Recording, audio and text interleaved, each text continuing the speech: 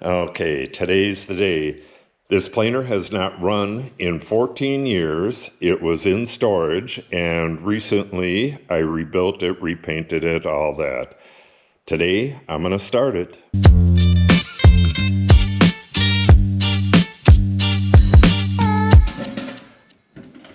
I have a lot of faith in the motor. I'm pretty sure the motor's going to run. It's the stuff I did to it that I'm not 100% sure on. I think it's going to be fine, but I replaced the spiral cutter head. I did a bunch of cleaning and stuff on the motor and the new control box and everything. I did a lot of work on this, and I am super nervous about starting this. Oh, and you have to take the gearbox. Where is that? The gearbox is back here. You have to take that completely apart to put the spiral cutter head in.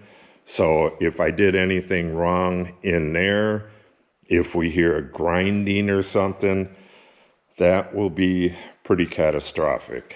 So, without further ado, here we go.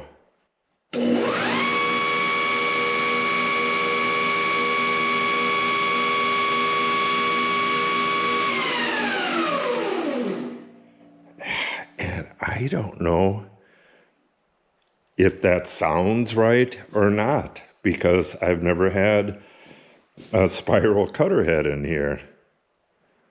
I know the planer was always loud, and that's fairly loud. Let's check. I got a decibel meter here. We'll check the decibels on it.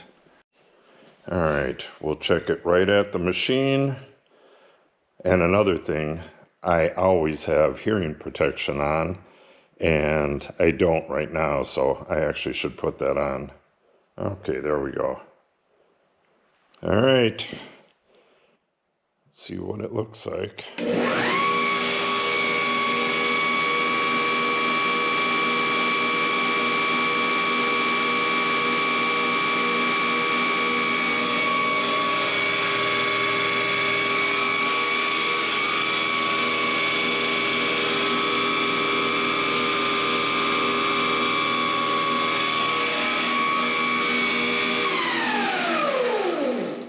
It did not look like the outfeed roller was rolling. Hard to see the infeed roller.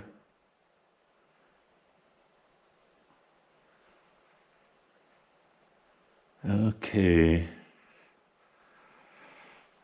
Yeah, I don't know why the outfeed roller would not be rolling unless it's in neutral, but it shouldn't be in neutral.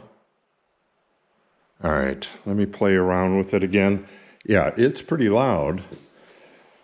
But again, if you have one of these spiral cutter heads and a decibel meter, I don't think 83 decibels, I think that's what it was.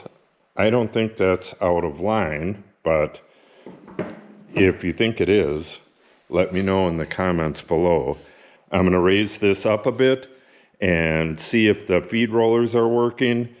And if not, we'll adjust this and get it in gear. And hopefully there's no problems. I just put this in gear and the feed rollers are working just fine and the cutter head's spinning. I'm not sure if you'll be able to see them or not. Behind the anti-kickback pawls, you can see the in-feed roller there.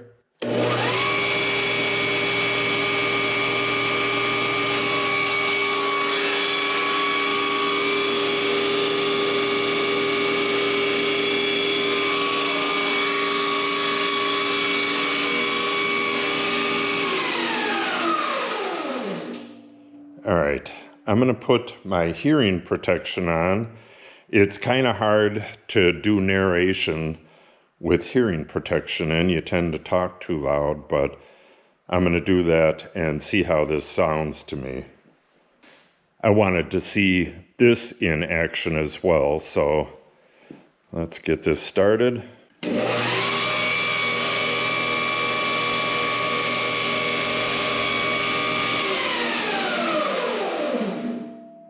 Yep, counterclockwise. And let me get that reading on the decibels. And the closer you are, see, just me talking gets to about 75.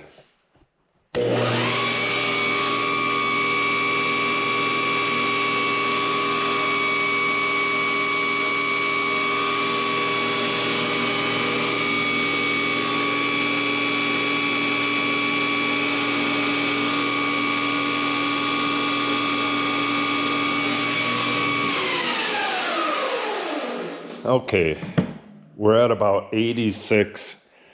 Kind of, you know, I would be working right here, and my ears are, you know, up higher, so the 86 is probably a good reading. Let me try with dust collection on.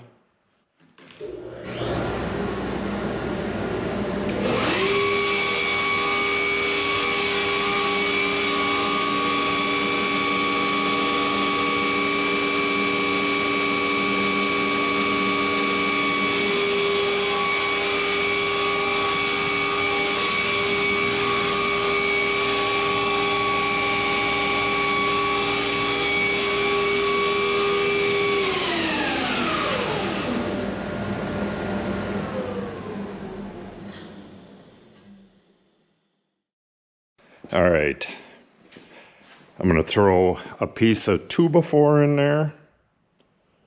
Pretty darn flat. We're going to take about 1/8 of an inch off, and we'll see how it does.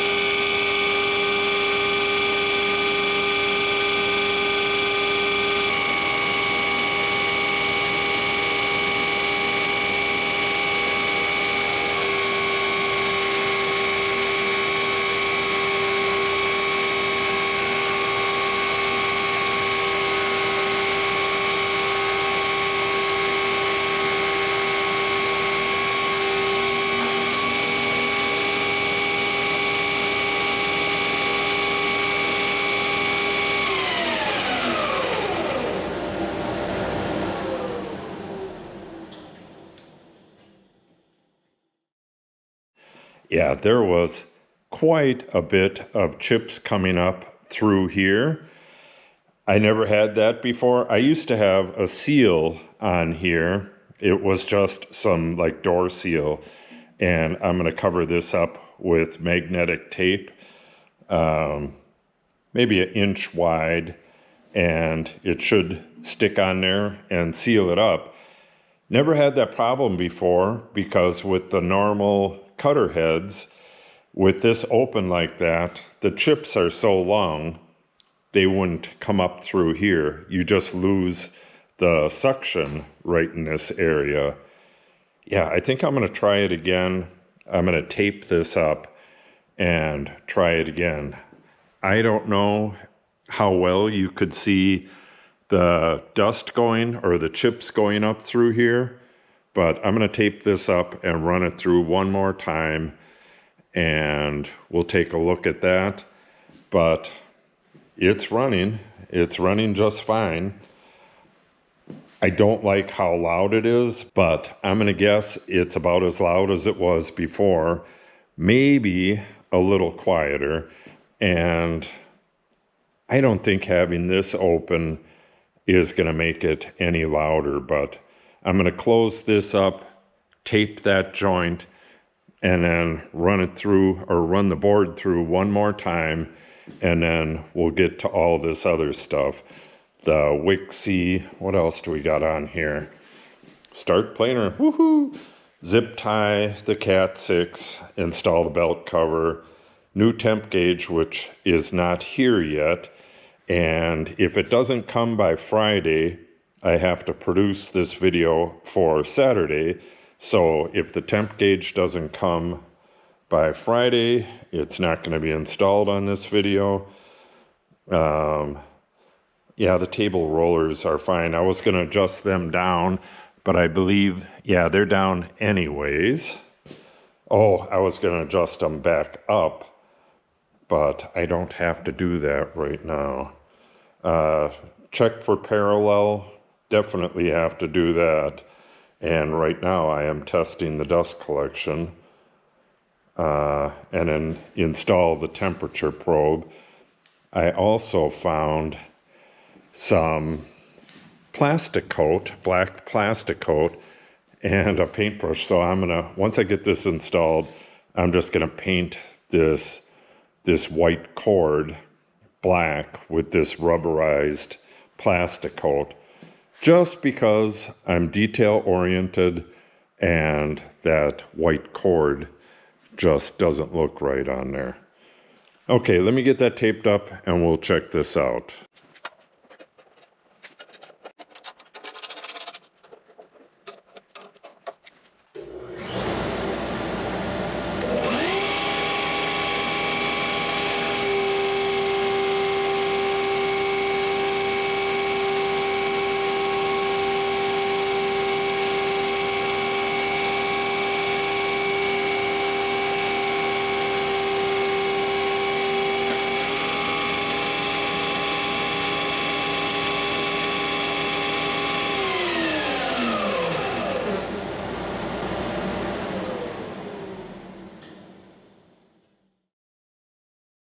Well, like I said, I haven't started this in 14 years, so I can't give you a before and after comparison.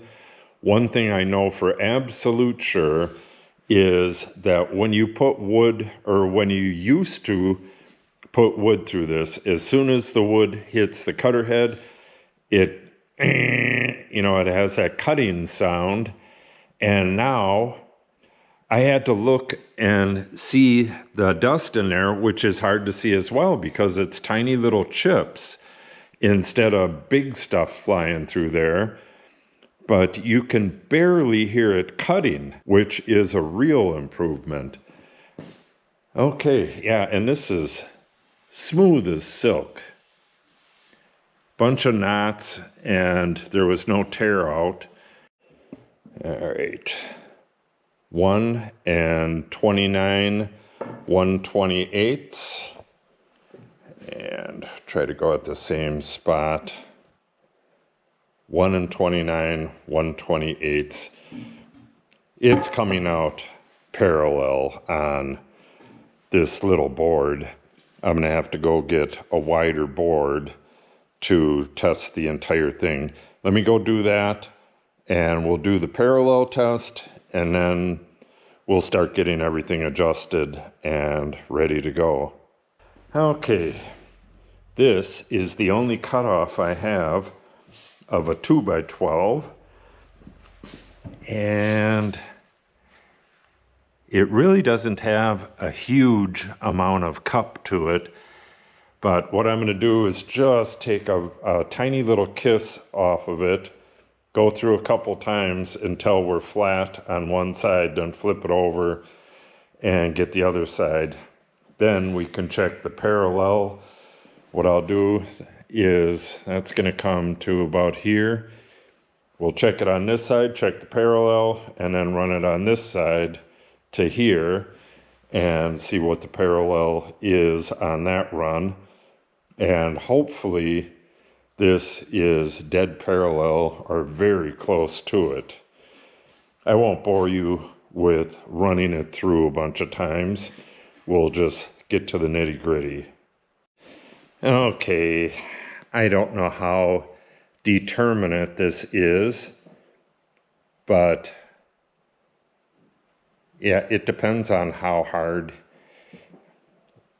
you push this. We have it at 0 right there. Let's try standing this up.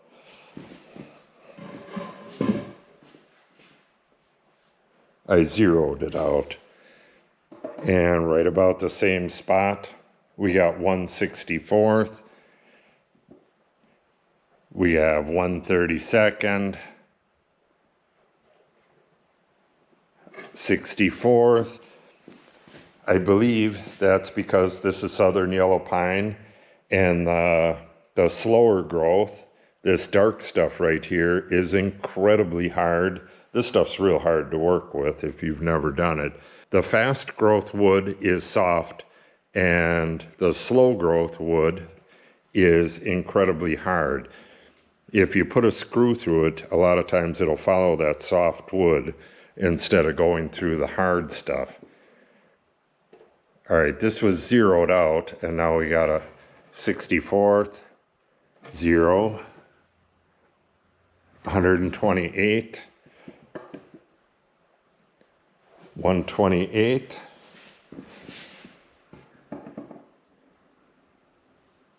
64th, 3 128s, 3 128s, and that is on the left side. I can bring this side down. That's all I can do. There's no adjustments on this. So, yeah, we'll have to see with a better type of wood. I'll do this again with some soft maple. I'm going to run it through one more time with this left side all the way over to here. Check it again, and we'll do this again with some softer wood. I'll have to get some nice wide soft maple or something that's pretty consistent in its grain hardness, and try it again. And if we're still getting a difference between the sides, I'll have to try to do some adjustment.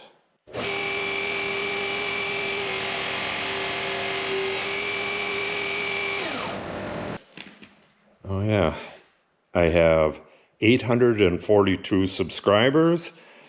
I'd like to get to 850 by this weekend. It's Wednesday right now. So if you're not subscribed yet, if you would just hit that subscribe button, it would be greatly appreciated. We're trying to get to 1,000 so we get promoted a little better. Let me switch hands here. All right.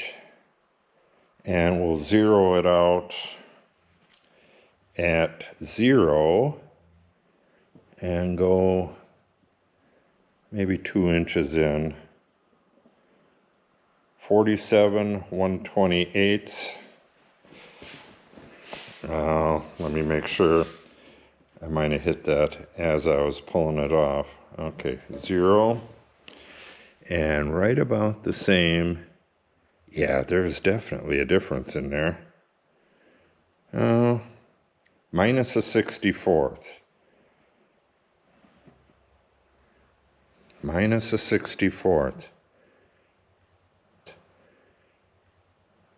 Okay. And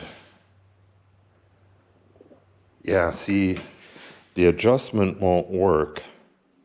I can make it less on this side, but I can't make it more. The only way to make it more would be to tighten these screws up here, but I believe they are as tight as they're going to get. Those hold the transmission box in place. I can try that because it's not that much of a difference. I might be able to take that 64th out on there. I'm not going to do that right now, but I will probably do it before the end of this video. Yeah, it's very consistent now. Well, it was.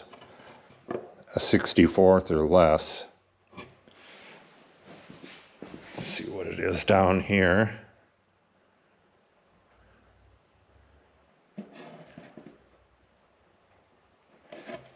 Okay.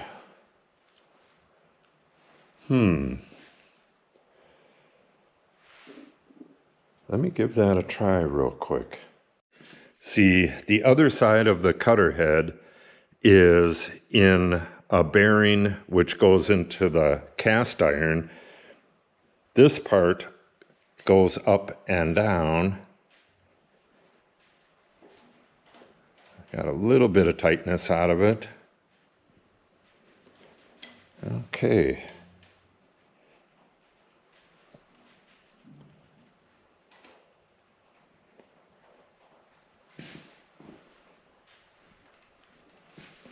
Okay, it moved just a smidge. Let's run this through real quick and see what it looks like. All right.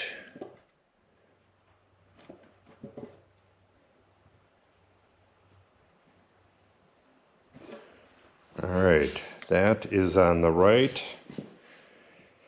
And that is on the left. 1/128.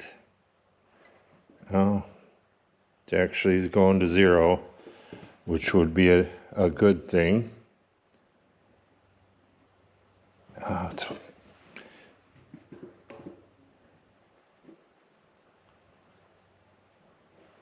yeah, I think it is just the wood because it's fluctuating between 128 and 0.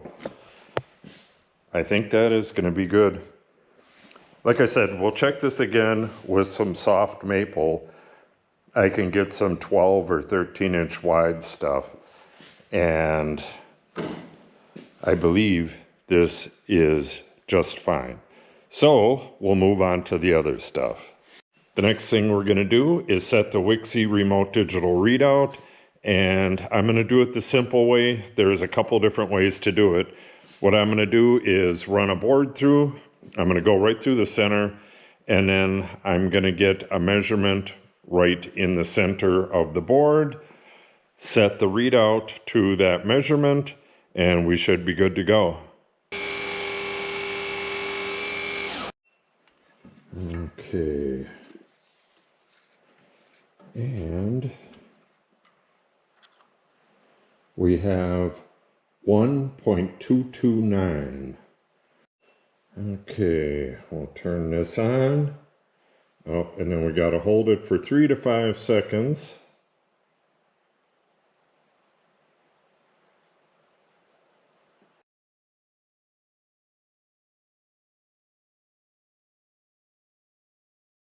All right. 1.23 is as close as we're going to get. Now we just set this momentarily, and that clears the flashing ABS light. Hopefully you can see this. Let's move on and figure out what size holes these are. I'm going to have to find some bolts, and we'll get these tables on and clean the tops of them. And then what else do we got here?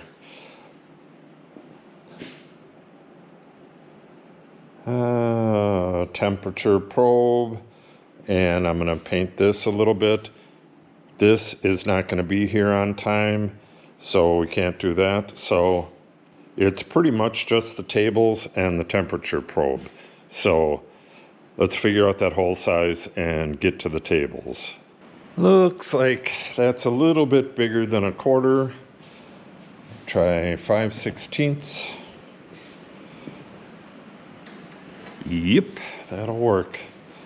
So either 5/16 or 1/4 inch, whatever I have laying around. And if you missed the earlier videos, I'm going to install these nasty things. And when I make the new tables, I'll make the outfeed table first. I only have to take off one at a time. I'll take this outfeed table off and put my new outfeed table on there, and then do the same with the infeed table, but that is going to be a ways down the road. I have a wall to get in here and 2 walls to get in over here, and now that it's summer, I got a bunch of other stuff to do. Let's find some nuts and bolts for that, and we'll start getting them in. This is what they attach to. This goes across here, and then these bolts go through and catch the lip right here, and then these arms on here, this one's missing its wheel. They just slide until this bolt goes into this notch right here. So on one of them, I'm just going to bolt it on permanently. That's so they can fold down. Came in real handy when I was working with this out in a 1-car garage, but I don't need it to fold down and be nice and compact like that in here. It's just going to be a fixed infeed and outfeed table.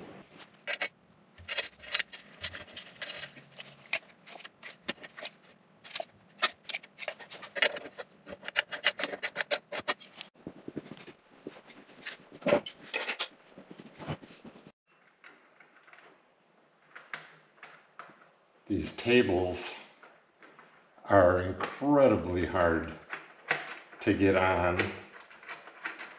because the bolts are way up in there and they're right behind the chain that lifts the head up and down. And then once you get them in there, they have to be adjusted. So this is going to be a long job.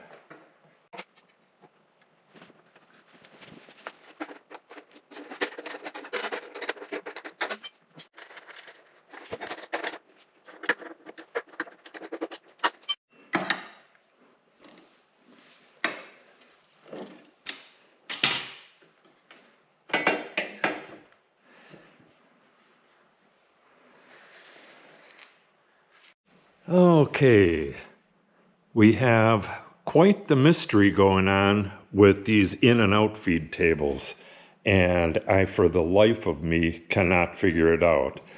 If you look back in the videos, I know this is exactly how this is installed.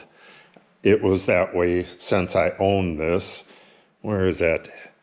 So we figured that the bolts were 5/16, but unfortunately the holes in the table hinges are not the same size.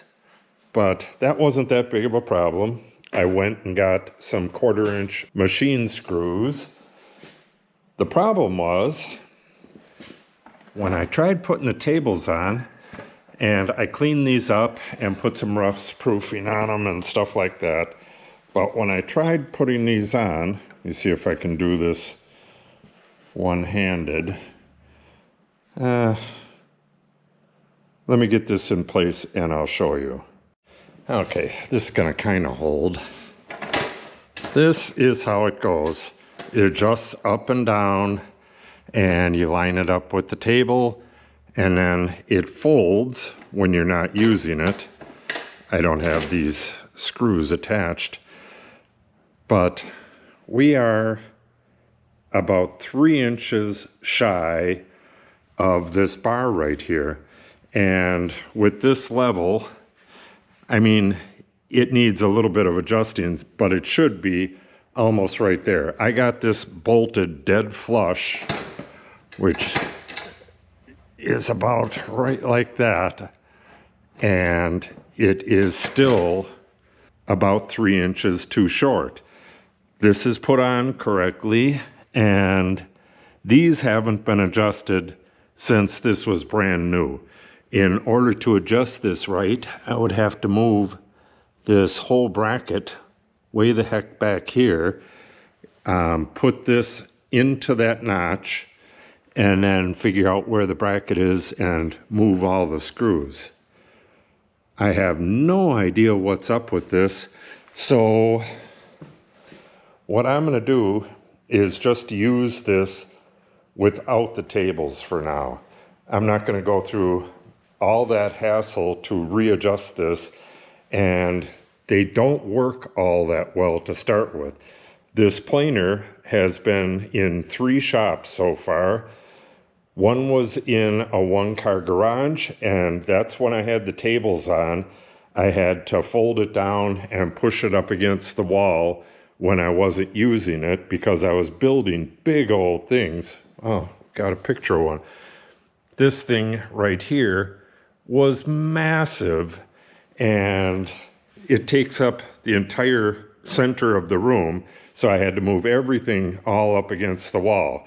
So it was on in that shop. The next shop was in a basement, and I moved it without the tables on, and I never put them back on. And then it was in another shop in a 2-car garage, or a 1.5-car garage, and the tables weren't on it in that one either. It's a pain in the butt to not have tables, but it's a pain in the butt to put these tables on. I have zero clue why it would be like that. I got this thing completely on, and I noticed that it wasn't going to hook up right. It was, going at an angle like that. I took it completely off and figured maybe these were adjusted per side. So I moved it to this side, and exact same thing. And the bars on these are exactly the same length. That one's just missing that disc. Yeah, that is bizarre. But I'm going to have to get some kind of a table built as soon as possible, but it can't happen right now. I got a ton of other stuff to do. I'll tell you about that in a little bit. We're going to run an electrical conduit into the garage area, and we're going to actually use the planer to plane up some stock. We're going to put a board coming like this, and then a thick board. It's got to be the exact thickness, though, back in here where my hinges are going to attach. I'm going to have 4 hidden hinges for the hidden door that's going to go here, and everything needs to be really precise, which is why I needed to get this planer done before I could move on to this wall. I didn't think it was going to take this long, but I did get sick and all that stuff as well.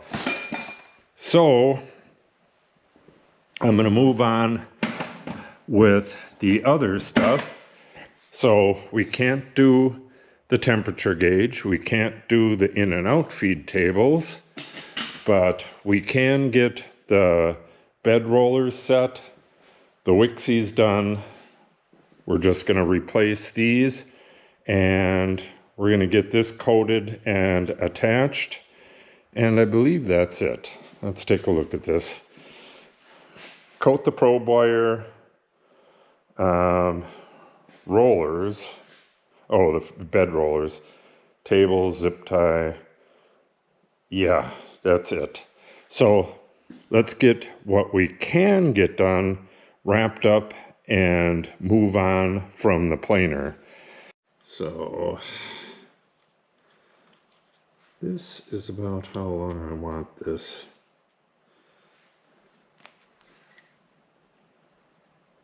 Let's mark that a little bit.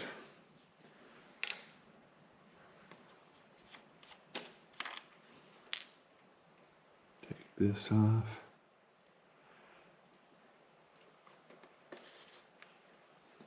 And got to thicken that up with some silicone tape.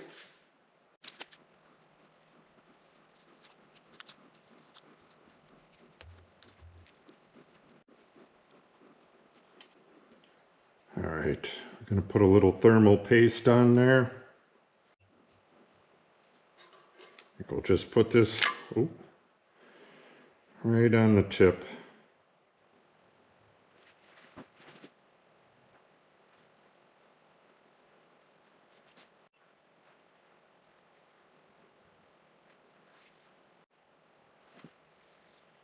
Man, this is turning out to be one of those days. This came out really nice. I like the look of that.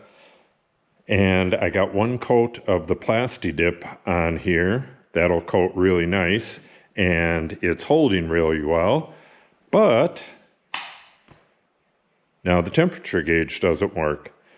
I'll see what's going on when I replace the gauge itself. But I don't know. I think when I was tugging on that, I think it's like wrapped around one of the spade lugs and it probably pulled that out. I don't think that's a big deal. I'm going to get another coat on this, and then I think the only thing I got left is to set the in-feed and out-feed rollers. You're supposed to set them at 1/1000th of an inch, I believe, for finish work, and 4 or 5 thousandths, I'll look it up, for rough work. I'm going to set it right in between, and that should do it for any work that I have coming up. Okay, this is what we're going to use for our table roller setting. This is 3 1/1000ths. I don't know if you'll be able to see that or not. 0.076 millimeter. For finish work, it is 1 1/1000th, and for rough work, it's between 3 and 5. So we're going to set it, well, actually, we should probably set it at 4. We'll go with 3 for now. So what we got to do is loosen up these set screws, these grub screws, and then just turn this until that lifts up just enough to get the feeler gauge under it. Do it on both sides, go back and forth till it's exact, then do the same thing on the other side. See, this is why you got to have all this stuff with the machine. And I quickly drew up another version of the in and out feed table. When I get done setting this, I'll show you the old version and I'll explain the new version real quick, and then we'll wrap up this video. All right, loosen up the grubs, and no matter which way you rotate it, eventually it will go up. I don't know if you've seen it go up over there, but these eccentrics just go round and round. All right, this is probably going to be way high. Yeah, I don't know if you can see that or not, but it's sliding right under there.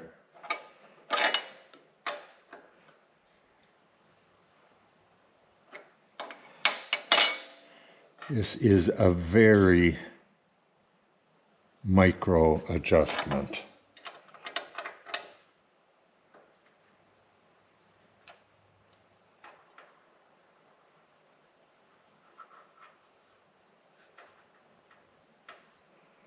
That's it right there. I'll tighten that one down.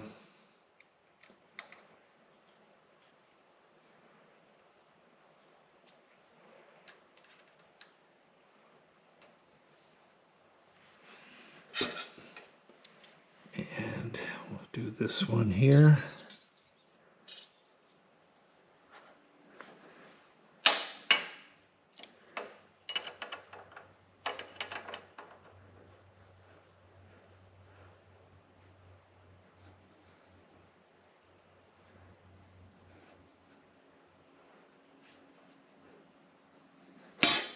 All right, that's it.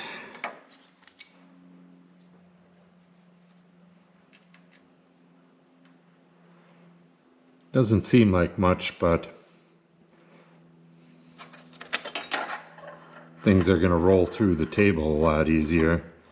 I had this set flush or below the table, and the wood that was going through before was sticking a little bit. You got to spray these tables pretty often as well. While I was cleaning up, I just thought of something. If I remove the chain, there's the chain right there that lifts the head up and down.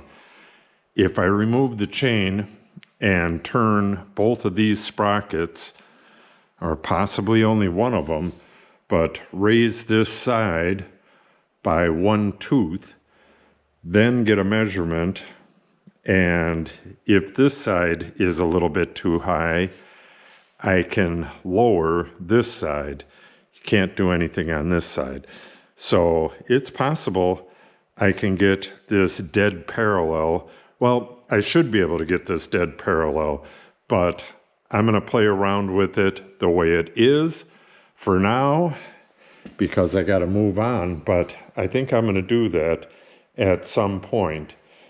And got to get this done, and that'll be about it until I get to the tables. And let me show you the old drawing. I showed this before, but we'll show it again. I had planned on using the original brackets and make up some brackets and have a fold down table on this side and a cabinet table on this side, the outfeed. Now, what I'm going to do is have the cabinet table the infeed side. So this would be facing the operator. It would have 2 drawers right here. And the reason I switched over is because the infeed table is going to be smaller. The infeed table is going to be 20 by 20. The top is going to be 20 by 20. And it'll have 2 drawers. And then this will be a fake drawer front, either magnetic or hinged so that it drops down. And I'm going to have 2 of these concrete blocks in there. I want it to be very stable, and it's not going to be connected to the machine. It's going to be, 3/4 of an inch away. That way, any chips or anything that comes out of here is just going to fall to the ground. I was remembering that those fold-up tables, they pinched a bunch of stuff in that gap right there, and the hinge is bolted to the machine, so it's really hard to get that stuff out. So, little cabinet on the infeed side, and it has adjustable feet, these right here, so I can get it dead level with the table there. And then for the outfeed, that's going to be 20 by 40, the table, and it's going to be open. I'm going to have the concrete blocks on that as well, 3 or 4 of them. And then on top of the concrete blocks, I'm just going to put whatever, some bulk stuff that I can't find a place for. I'll just put it there. But that's going to have wheels like these that just have the bolt coming up from them, and I'll adjust the height of that. I'll make the height almost exactly the right height and then adjust it with the feet to get it dead flush with the table here.